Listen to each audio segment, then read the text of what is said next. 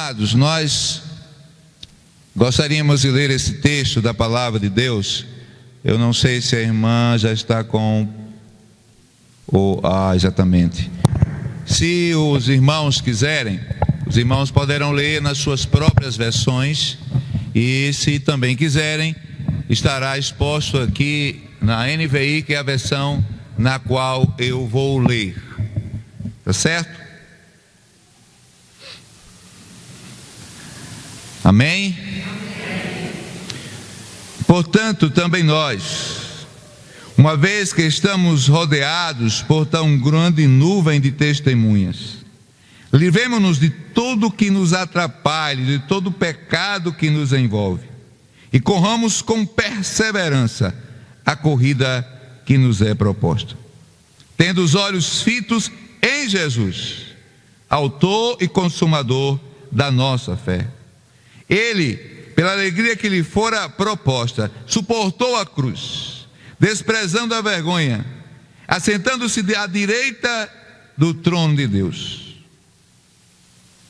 Pensem bem naquele que suportou tal oposição dos pecadores contra si mesmo, para que vocês não se cansem nem se desanimem. Amém? Ore ao Senhor. Deus e Pai, fala aos nossos corações, Senhor. Traz da porção do Teu Espírito e da condução do mesmo para as nossas vidas. E como essa música que Lucas cantou, que queiramos ser somente Seu Senhor. Amém, Pai. Meus amados irmãos, irmã Bia, que está lá atrás, esse texto que nós lemos, ele é um texto posterior ao texto do capítulo 11. No capítulo 11, o autor de Hebreus fala sobre os heróis da fé. Se o irmão olhar na sua Bíblia, o irmão Mário vai olhar agora e vai ver que ele vai falar de Abraão, de Isaac, de Jacó e de grandes homens que venceram por meio da fé. Homens de Deus que venceram por meio da fé. Mas a partir do verso 35, ele começa a mostrar aqueles homens que morreram pela fé. Uns, a fé os valorizou, outros morreram pela fé. E o interessante é que tem um verso que diz assim aqui no texto, que Joabe já leu também, que diz assim: esses eram homens que o mundo não era o quê? Não era o quê? Dignos. O mundo não era dignos daqueles homens que morreram pela fé. E amados, e capítulo 12 já vai entrando em uma nova história, quando ele nos convoca para uma corrida, vencendo a corrida da vida. E é interessante que o autor nos coloca como se estivéssemos num estádio cheio de torcedores, espectadores, e a linha de chegada lá na frente. E nessa linha de chegada, estando lá, o autor e consumador da nossa fé, Jesus Cristo. Queridos, Ele é a inspiração da nossa vida, da nossa corrida. É o poder que está atrás de nós, a nos incentivar, Kézia, a correr mais, em direção da vida eterna que Ele veio nos dar. Só existe um mestre a quem devemos olhar, alguém que devemos agradar e querer a sua aprovação. Isso são os fatores principais do nosso esforço: o exemplo na cruz e o exemplo na sua vitória. Portanto, devemos olhar exclusivamente para Ele, desviando os nossos olhos de distrações, para que possamos correr e vencer na corrida da vida. Mas nós queremos destacar, irmão Eduardo, 3 pontos importantes nesta corrida, a corrida da vida. Primeiro ponto. Qual o primeiro ponto?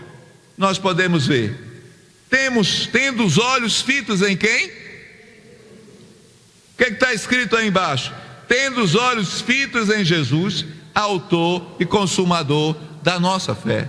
É importante esse olho, a expressividade desse olho, e dentro desse olho a gente vê o quê?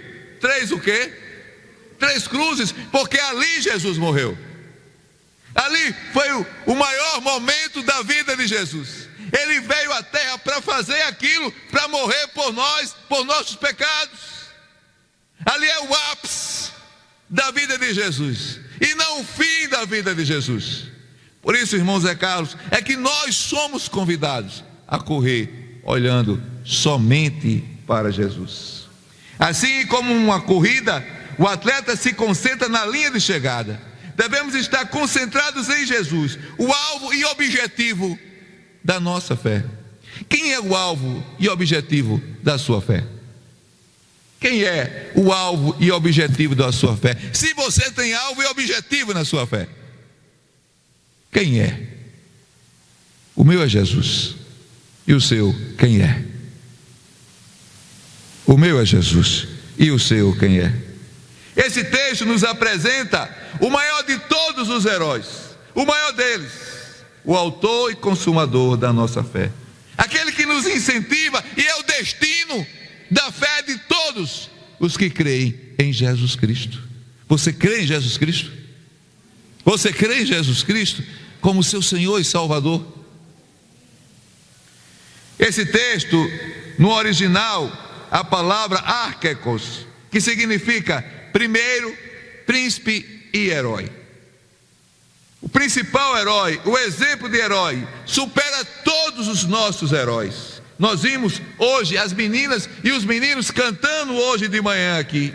O seu super-herói era e é Jesus Cristo. Ele que tinha todo o poder de Deus, mas não usou este poder. Ele se esvaziou deste poder, se tornou-se servo e homem, assim como nós. Aitá, arquetos, autor. Teleotés, consumador. Autor e consumador da nossa o quê? Vamos falar da nossa o quê? Fé. Ele, Jesus, é o autor e consumador da nossa fé. Amados, ele suportou a cruz, desprezando a vergonha, como diz o texto que nós lemos aqui. Ele estava na cruz, irmão Elias, e as pessoas diziam assim com ele: desce da cruz, aos outros salvou e não te salva. Mas ele foi obediente até a morte, e morte de cruz. Amém, irmãos? Isso é importante entendermos. Por isso, nós somos chamados a correr, a distância que for, olhando somente para Jesus. Foi o Senhor que deu início à nossa fé. Foi o Senhor que está no meio da nossa fé. E é no Senhor que temos fé que um dia iremos chegar aonde Ele deseja, que é no céu, na presença do nosso Deus. Amados, é importante. Ele é o arquetos, autor e o teleotos, consumador da nossa fé. Se estamos vivos, estamos porque cremos em quem? Cremos em quem? Em Jesus. Ele é o autor da nossa vida. Para Ele devemos viver e só para Ele devemos viver. E um dia que morremos, estaremos onde? No céu com o Senhor Jesus. Ele é o início e o fim da nossa vida. Estamos vivendo o meio da nossa fé, e que escolhamos viver para o Senhor Deus, que escolhamos viver para o Senhor Deus. Queridos, a carreira que nos está proposta, devemos nos livrar de tudo aquilo que nos impede. Quando chega no final do ano e nós vamos ver aquela corrida de São Silvestre, eles usam muita roupa pesada, assim, terno, gravata. Não, eles usam o quê? Um tênis, um calção e uma camiseta, a mais simples que tiver, para que eles possam correr à vontade e nada venha atrapalhar. Da mesma forma, nós devemos nos livrar de todo pecado, de todo pecado. E quando eu falo pecado, é pecado, irmãos. Eu não estou falando aqui que nós temos que ser 100% santos, não é isso não. Mas cada dia, irmã Maria Paixão, nós temos que tirar coisas que nos atrapalham na nossa vida espiritual. Muitas vezes é um namoro indecente. Muitas vezes são pensamentos que não agradam a Deus. Muitas vezes nos pegamos pensando em coisas que estão totalmente fora da vontade de Deus. Muitas vezes estamos usando o telefone de forma que não agrada a Deus. Muitas vezes estamos usando a internet e entrando para assistir coisas pornográficas que não agradam a Deus. Irmãos, pecados não é apenas cometer adultério, mas o pecado está em querer adulterar, em pensar na outra pessoa sexualmente. Isso é mais importante do que somente adulterar. Quando eu penso, eu já adulterei. E Jesus cobra de nós pensamento puro em nossas vidas. Por isso Ele nos chama para essa corrida que nós devemos nos livrar de todo o pecado, de todo o pecado. Em segundo lugar, meus amados irmãos, porque Ele teve alegria em morrer por quem? Morrer por quem? Vamos repetir todos, vamos lá. Porque Ele teve o quê? Alegria em morrer por nós. Pela alegria que lhe fora proposta, Ele morreu por nós. Ali houve a realização da eterna salvação. A sua glorificação está à direita do Pai. A nossa libertação tornou Rei e Senhor. Quando nós somos libertos do pecado e passamos a viver na forma cristã que Ele quer que nós vivamos, Ele está sendo entronizado como quem em nossas vidas? Rei. Ele se torna o Rei das nossas vidas. A alegria que estava proposta para Jesus. É interessante notar que nesse texto aqui, a morte não é colocada para Jesus como algo que vinha a ser uma coisa agoniante, uma coisa triste, mas uma alegria, porque depois da morte houve a ressurreição e Ele ressurgiu para ser o nosso justificador. Amém, irmãos? E é necessário que entendamos essa verdade. Deus, irmãos, transforma mal em bem. É interessante que lá no Antigo Testamento, na história de José, os irmãos sabem que José foi vendido pelos seus irmãos para uma caravana que levou José até o Egito. E assim então, os seus irmãos chegaram para pedir, perdão e desculpa a eles. Ele disse: não foi vocês que mandaram, foi a boa mão de Deus que estava sobre mim. E quem sabe da história de José, é uma história praticamente de um homem perfeito diante de Deus. Assim, não foram vocês que me mandaram para cá, mas sim o próprio quem? Deus. Ele me tornou ministro de Faraó e me fez administrador de todo o palácio e governador de todo o Egito. Deus fez. Deus transforma mal em bem. Deus transforma mal em bem.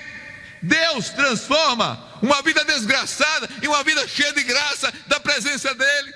Deus transforma uma vida infeliz em uma vida felicíssima na presença dEle, que abençoa as outras pessoas. Irmãos, é necessário entender isso, mas enquanto estivermos amarrados ao passado de pecado e de angústia e de rancor, nós não podemos viver essa vida que abençoa a Deus. Amados, eles tentaram fazer o mal contra José, mas Deus transformou o mal em bem. O pecado que eles desejaram, que eles cometeram, Deus inverteu, porque Deus, Ele sempre transforma mal em bem. Outra parte desse texto que eu gostaria de destacar: está sentado à direita de Deus. É a única vez no Novo Testamento e na Bíblia que esse texto está sentado no presente, dá ênfase ao reinado atual de Jesus. Jesus era rei a partir da cruz. Ele era rei sobre as nossas vidas. Isso equivale a dizer que Ele se tornou rei e tem um nome que está acima de todo nome, o nome de Jesus. Deus tem poder para transformar mal em bem, desgraça em graça. Glória a Deus por isso. Em terceiro lugar, meus amados, pensai naquele que suportou tal oposição. Pensem bem, naquele que suportou tal oposição dos pecadores contra si mesmo, para que vocês não se cansem, nem se desanimem.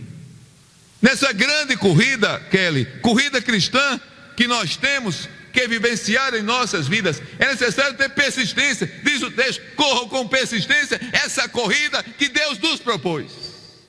Que Deus nos propôs. Ele, o Senhor, sofreu muito mais do que qualquer servo seu, de qualquer homem, porque além da cruz que ele teve que passar, ele suportou sabendo que era o quê? Inocente. É verdade, não era? Já pensou alguém inocente pagando por algo que ele não cometeu? Assim foi Jesus, morreu na cruz pelo meu pecado, pelo seu pecado, pelos nossos pecados. Por isso ele é o objetivo, o incentivo da nossa corrida cristã.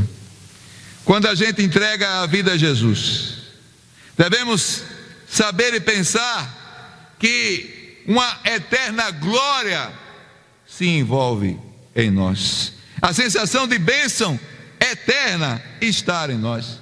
E eu gostaria de perguntar agora a todos nós que estamos aqui: você pertence a Jesus?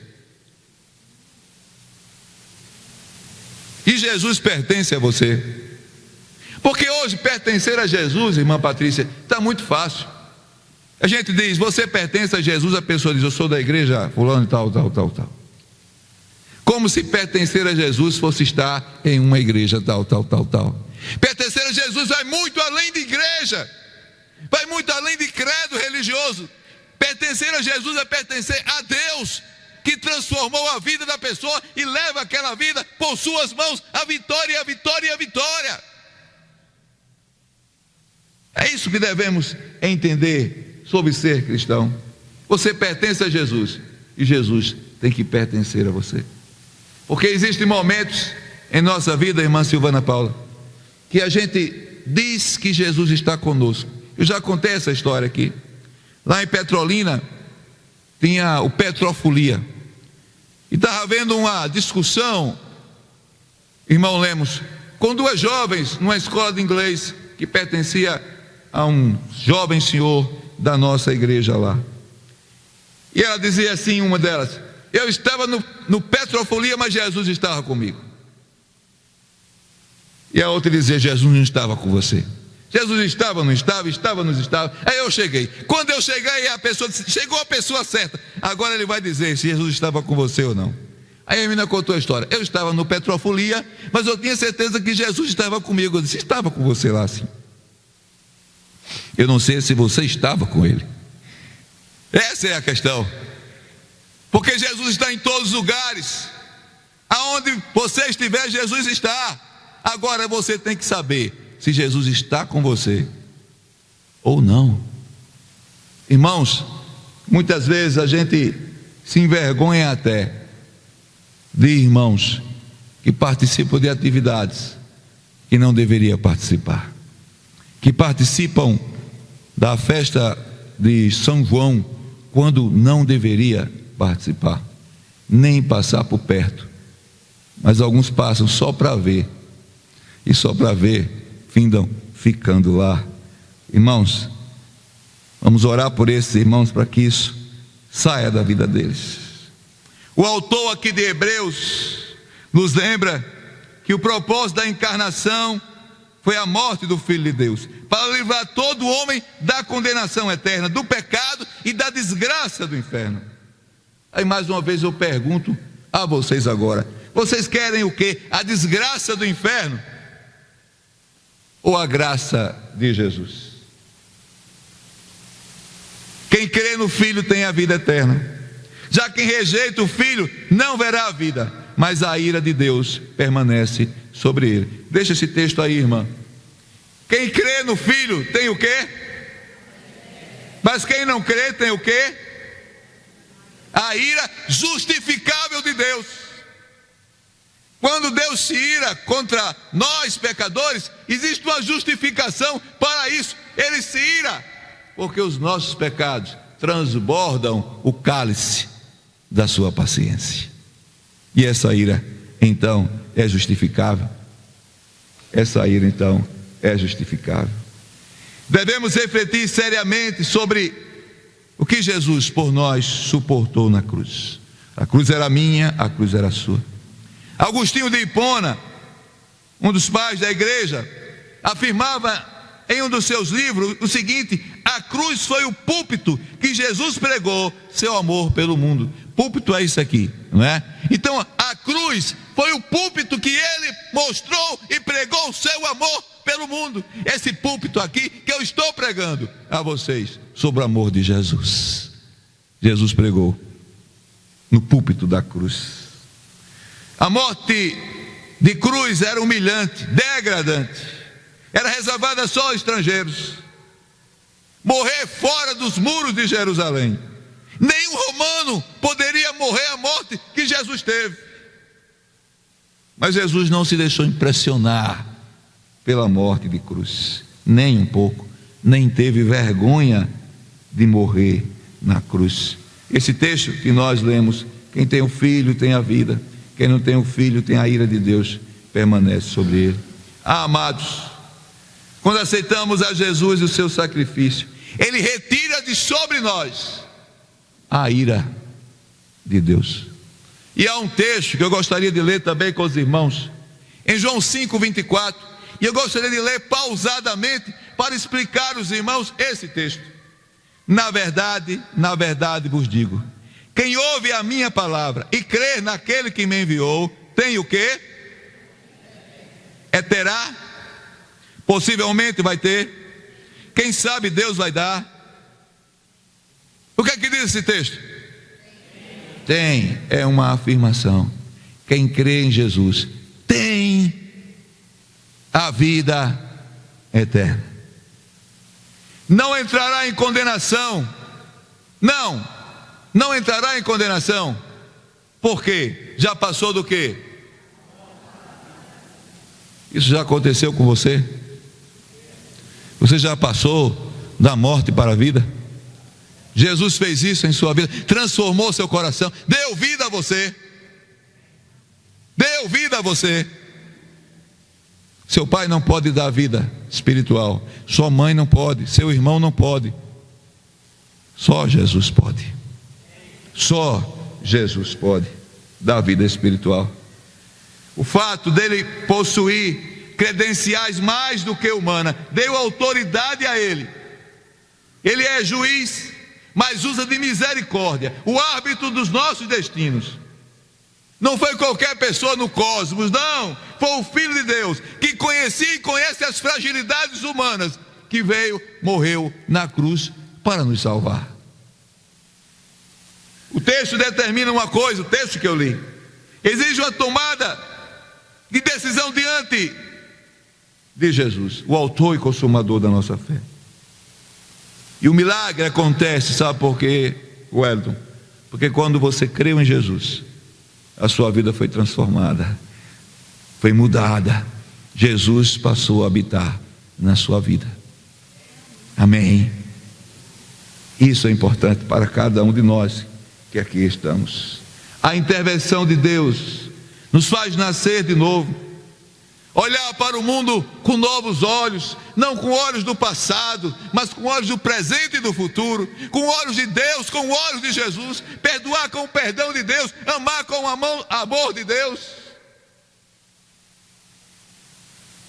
Os olhos de Deus, da mente renovada, que só o autor e consumador da nossa fé pode fazer. Queridos, concluindo essa reflexão, para vencermos a corrida da vida, é necessário alguns aspectos. Qual o primeiro aspecto? Ter o que? Os olhos fitos em quem? Que significa fitos? Fixo, olhar para Jesus. Problemas de irmãos não vai importar para nós. O que vai importar? A vida de Jesus. Quando eu era jovem, adolescente, teve um pastor na televisão, eu não lembro nem o nome dele agora, e ele dizia uma coisa assim que para nós na época não fazia sentido: se sua igreja não fala em língua, saia dela. Eu não vejo esse motivo para que você saia de qualquer igreja. E 2 semanas depois, esse determinado líder caiu em adultério, e foi um escândalo a nível mundial. Aí na escola, quando eu cheguei, as pessoas perguntaram para mim: e aí, Paulo, tu vai continuar na igreja? Sim, por que eu vou sair da igreja? Você não viu o adultério de fulano e tal? Não, não vi não. Não foi, falou, então aconteceu isso, pronto, aconteceu. Mas por que você não vai sair? Eu disse, porque minha fé não estava baseada nele, em homens. A minha fé é baseada em Jesus Cristo, autor e consumador da minha fé. Só nele, em mais ninguém. Fita os olhos em Jesus. Segundo, concentrar-nos na alegria proposta por Jesus. Ele deu a vida para a salvação do homem, da minha salvação, a de Zé Carlos, e a sua salvação também.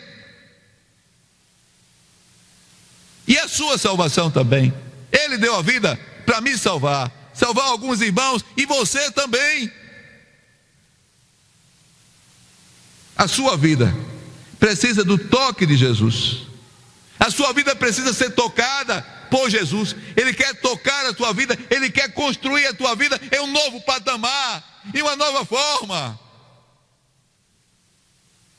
Deus transforma mal em quê? Em bem.